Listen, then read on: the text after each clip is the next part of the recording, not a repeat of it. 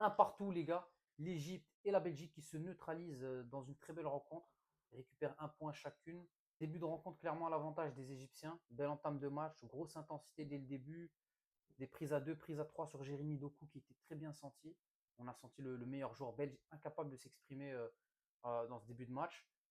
Un milieu de terrain belge également qui était clairement étouffé, submergé par l'intensité et la grinta qui a été mise par l'Égypte. Évidemment, ce bombasso de Imam Achour, il faut en parler. Super frappe de loin, bien placé, petit filet. Thibaut Courtois pouvait rien faire sur ça. Encore une fois, Achour qui répond présent dans les grandes échéances égyptiennes, que ce soit à la Cannes l'hiver dernier, la première match Coupe du Monde, il répond présent. Donc il n'y a rien à dire, bravo, bravo à lui. Il a fait un très très bon match, même dans l'activité, dans l'effort. Il est généreux en fait sur le terrain. On voit que c'est un mec qui donne tout, que ce soit défensivement ou offensivement. C'est un très bon match aujourd'hui. Et voilà, donc de manière générale, première mi-temps, vraiment à l'avantage des Égyptiens.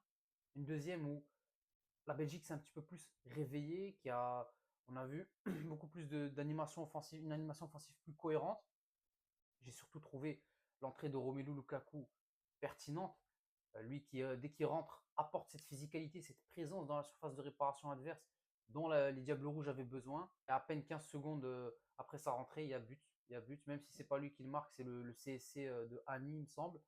Bah, quand même, le but vient de lui parce que c'est lui qui entraîne justement cette présence dans la surface qui amène le but. J'aimerais donner quand même une petite mention à Nathan Ngoy qui, moi, je le voyais pas partir titulaire dans cette équipe des Diables Rouges, mais il a commencé titulaire et il a fait un assez bon match. Malgré une petite erreur de relance lors de la première mi-temps, je l'ai trouvé très très bon.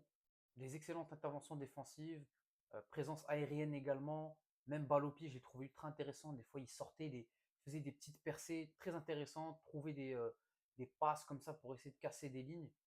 C'est un très bon joueur, franchement. Je l'avais un peu découvert vers la fin de saison avec Lille. C'est un excellent joueur et aujourd'hui il fait un bon match. Sinon, pour la suite de la compétition, j'ai quand même confiance en la Belgique, notamment la deuxième mi-temps qui a été produite. C'était très intéressant. Il y avait du jeu, il y avait une belle créativité. J'ose espérer que Lukaku va être titulaire. Moi, je le préfère quand même à Charles de Ketelaere. Je pense que c'est important qu'ils aient quand même un vrai neuf dans cette équipe-là, la Belgique. Sinon, côté égyptien, bah, c'est un excellent résultat. Je pense qu'ils sont très contents. Tu joues la meilleure équipe du groupe, tout simplement, et tu cherches ton point.